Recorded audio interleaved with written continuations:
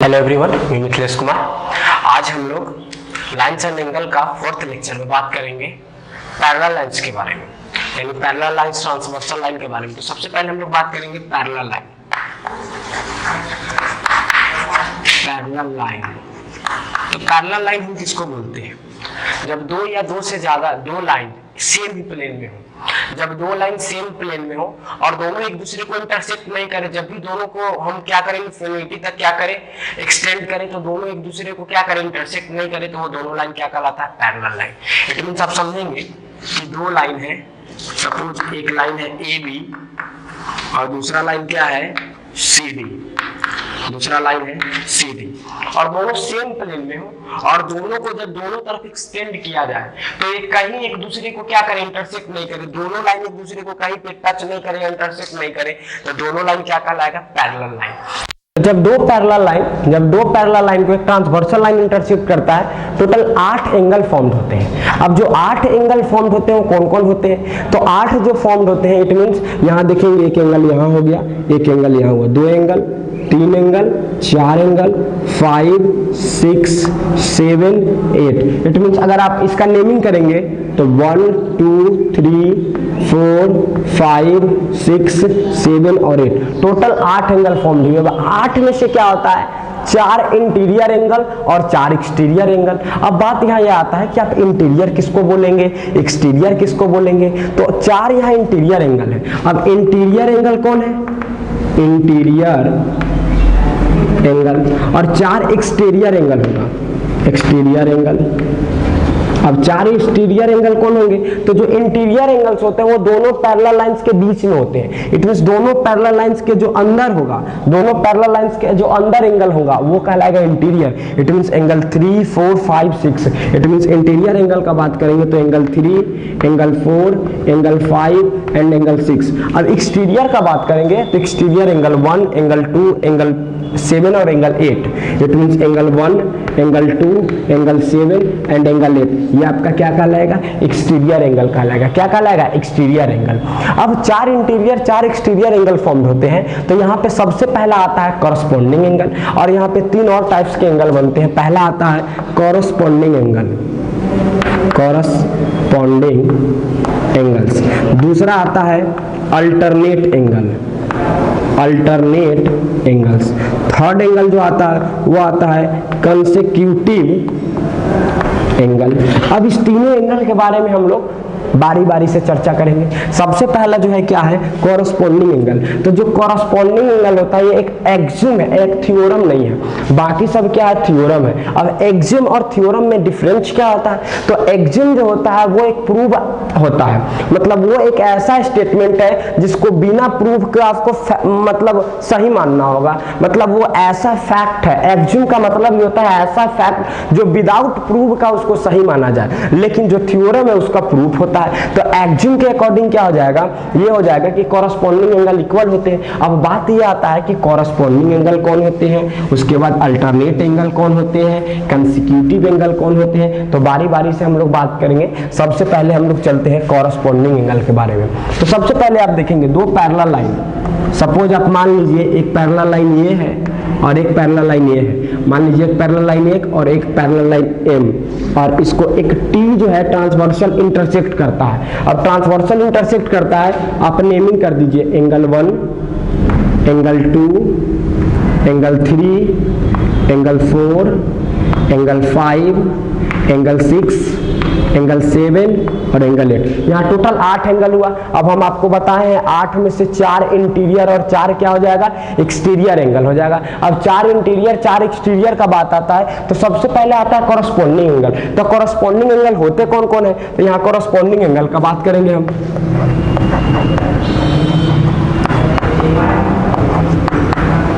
Corresponding angle. तो corresponding angle है, angle 1 का कॉरस्पॉन्डिंग 5 होगा। इट मींस एंगल 1 बराबर एंगल 5। दूसरा क्या हो जाएगा, एंगल 2 बराबर एंगल 6, एंगल 2 बराबर एंगल 6।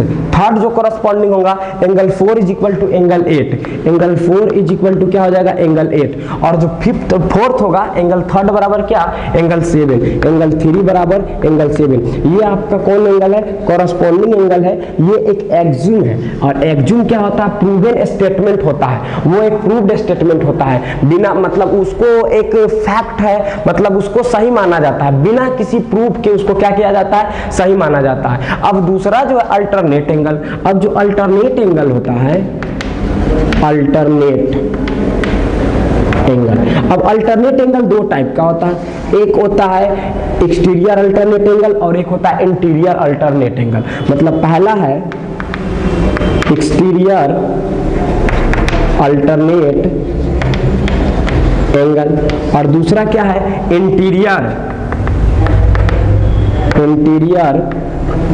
Alternate angle.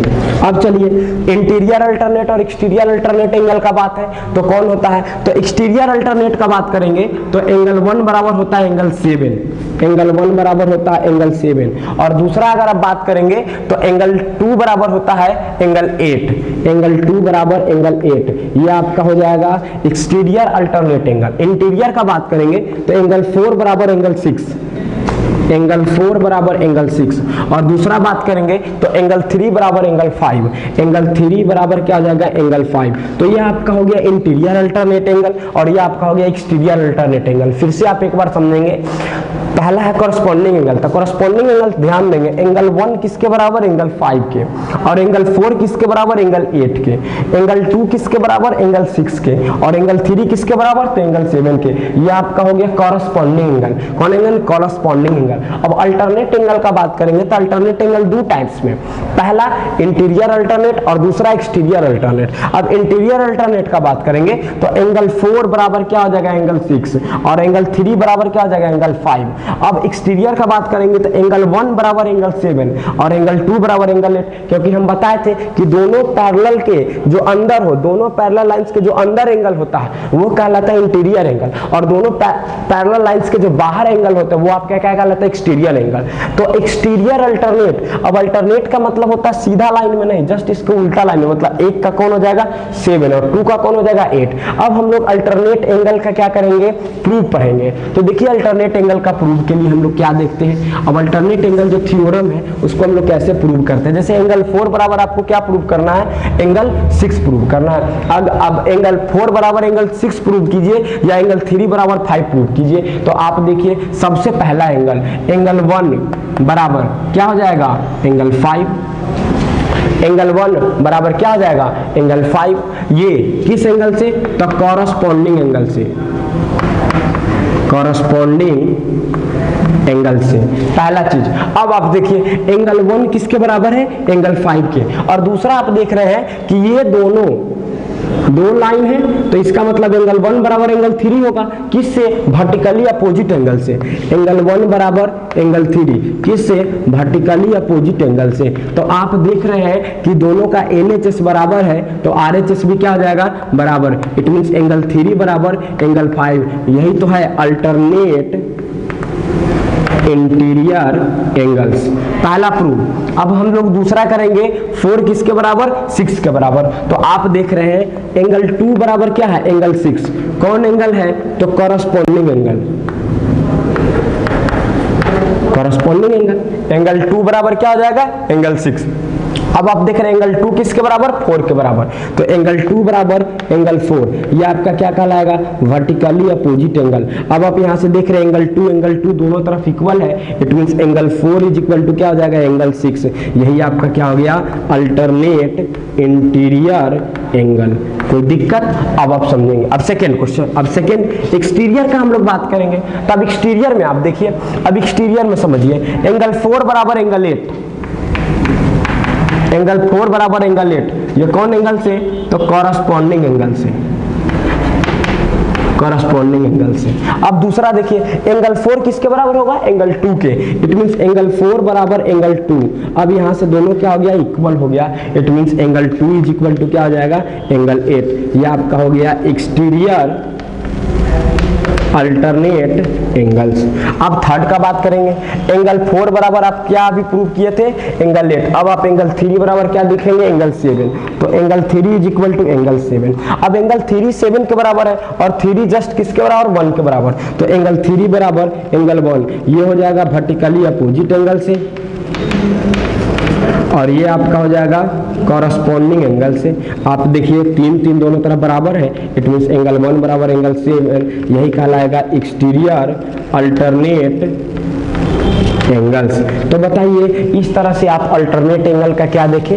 प्रूफ देखें। तो पहला चीज कि दो पैरेलल लाइन को जब एक ट्रांसवर्सल लाइन इंटरसेक्ट करता है तो टोटल कितने एंगल फॉर्म होते हैं? तो टोटल 8 एंगल फॉर्म होते हैं। अब 8 एंगल जो फॉर्म होते हैं, 8 में से 4 को हम इंटीरियर बोलते हैं और 4 को कौन एंगल बोलते हैं? एक्सटीरियर एंगल बोलते हैं। अब इंटीरियर एंगल एक्सटीरियर एंगल का डिवाइड किए, उसके बाद हम लोग 3 टाइप्स का एंगल पढ़े। पहले पढ़े कॉरस्पॉन्डिंग एंगल, उसके बाद अल्टरनेट एंगल। अल्टरनेट एंगल का 2 टाइप्स, इंटीरियर अल्टरनेट और क्या? Exterior alternate. अब हम लोग पढ़ेंगे कंसेक्यूटिव एंगल। तो कंसेक्यूटिव एंगल का सम कितना डिग्री होता है? 180 degree. It means the sum of consecutive angle is क्या? सप्लीमेंट्री। सप्लीमेंट्री होते हैं। और आपको पता है सप्लीमेंट्री एंगल, इट मींस दो एंगल का सम जब 180 डिग्री हो जाए तो उसको हम कौन एंगल बोलते हैं? Supplementary angle. अब आप समझिए आप कैसे कंसेक्यूटिव एंगल का सम देखेंगे। तो दो पैरेलल लाइन,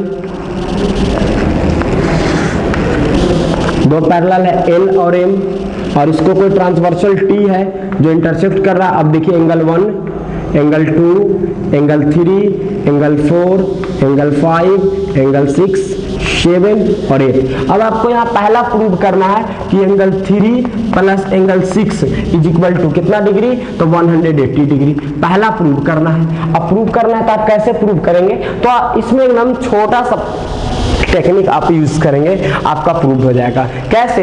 तो आप यहाँ ध्यान देंगे। क्या ध्यान देंगे कि एंगल 2 प्लस एंगल 3 बराबर कितना डिग्री? 180 डिग्री। किससे? लीनियर पेयर प्रॉपर्टी से। तो angle 2 plus angle 3 is equal to कितना डिग्री? 180 डिग्री। किससे? लीनियर पेयर प्रॉपर्टी से। इसको मान लेंगे इक्वेशन फर्स्ट। ये आपको क्या करना है? प्रूव करना है। Prove that. अब आप दूसरा देखेंगे कि एंगल 2 बराबर क्या हो जाएगा? एंगल 6। एंगल 2 बराबर आप एंगल 6 लिख सकते हैं। इट मींस एंगल 2 बराबर एंगल 6 किससे? कॉरस्पॉन्डिंग एंगल से। कॉरस्पॉन्डिंग एंगल से। अब एंगल 2 के जगह एंगल 6 को पुट कीजिए तो एंगल 6 प्लस एंगल 3 बराबर 180 डिग्री। इसको अरेंज कर दीजिए। एंगल 3 प्लस एंगल 6 बराबर कितना डिग्री? 180 डिग्री। आपका प्रूफ हो गया। इसी तरह से आप क्या करेंगे? इस दोनों एंगल को भी, angle 4 plus angle 5 is equal to 180 होता है। आप इसको भी प्रूव कर सकते हैं। अब आप कैसे? तो आप ध्यान देंगे। एंगल 1 प्लस 4 ये एक स्ट्रेट लाइन। अब स्ट्रेट लाइन के वन साइड टोटल एंगल का सम कितना degree? 180 degree. It means angle 1 plus angle 4, angle 1 plus angle 4 is equal to 180 degree. अब 180 हो गया। आप इसको क्या लिखेंगे? लीनियर पेयर से। तो ये आपका इक्वेशन क्या हो गया? फर्स्ट। अब आप देख रहे हैं एंगल 1 बराबर क्या होता है? एंगल 5। किस एंगल से? कॉरस्पॉन्डिंग एंगल से। तो एंगल 1 बराबर एंगल 5 कौन एंगल? Corresponding angle. अब आप इसको पुट कर दें तो angle 5 plus angle 4 is equal to 180 degree. अब आप इसको लिख सकते हैं angle 4 plus angle 5 is equal to 180 degree. तो ये तो हुआ इंटीरियर कंसेक्यूटिव एंगल। अब एक्सटीरियर कंसेक्यूटिव एंगल कैसे होता है? It means angle 1 plus angle 8 बराबर भी 180 डिग्री होगा। अब वो कैसे? तो आप उसको समझेंगे। यहाँ angle 1 plus angle 8 is equal to कितना डिग्री? 180 डिग्री। अब आप समझेंगे एंगल 1 प्लस एंगल 8 बराबर 180 डिग्री कैसे होगा। तो एंगल 1 प्लस एंगल 8 बराबर 180 प्रूव करना है। इट मींस आप लिख सकते हैं angle 1 plus angle 4 is equal to 180 degree. Equation क्या? फर्स्ट। ये आपको प्रूव करना है। ये आपको क्या करना है? प्रूव करना है। अब समझिए एंगल 1 प्लस एंगल 4 कितना डिग्री? 180। किससे? लीनियर पेयर प्रॉपर्टी से। इक्वेशन हो गया फर्स्ट। अब 4 किसके बराबर? 8 के बराबर। एंगल 4 बराबर एंगल 8 कौन एंगल से? तो कॉरस्पॉन्डिंग एंगल से। अब कॉरस्पॉन्डिंग एंगल से आप क्या करेंगे? ये इक्वल हो गया। अब एंगल 4 के जगह हम एंगल 8 को क्या करेंगे, पुट करेंगे। It means angle 1 plus angle 8 बराबर 180 डिग्री। ये आपका क्या हो गया, प्रूव हो गया। तो इस तरह से आप इसको क्या कर सकते हैं, प्रूव कर सकते हैं। तो यहाँ से आपको पैरेलल लाइन, दो पैरेलल लाइन को जब कोई ट्रांसवर्सल लाइन इंटरसेक्ट करते हैं टोटल 8 एंगल फॉर्म होता है, 4 इंटीरियर 4 एक्सटीरियर। उसमें 3 टाइप के स्पेशल हम एंगल का बात किए। पहला consecutive angle, sorry corresponding angle, उसके बाद क्या अल्टरनेट एंगल, उसके बाद क्या कंसेक्यूटिव एंगल। तो आपको पता है कि कॉरस्पॉन्डिंग एंगल जो है वो आपका एक एक्सम है, मतलब थ्योरम नहीं है। अब एक्सम का मतलब होता है वो प्रूव्ड है, उसको आपको फैक्ट मानना पड़ेगा, वो बिना किसी प्रूफ को उसको आपको मानना हो कि वो कहा हुआ सही है। और दूसरा जो दोनों है वो दोनों आपका थ्योरम है, और थ्योरम को हम क्या करते हैं, अपने से प्रूव करते हैं। अब हम लोग, मेरा लेक्चर 4 कंप्लीट हुआ। अब जो हम लोग अगले लेक्चर में बात करेंगे, अगले लेक्चर में इससे रिलेटेड कुछ प्रॉब्लम्स को हम लोग क्लियर करेंगे, जो प्रॉब्लम बनाने के बाद हमको क्या हो, कोई प्रॉब्लम नहीं हो क्वेश्चन को सॉल्व करने के लिए। तो आज के लिए इतना ही, बस थैंक्स।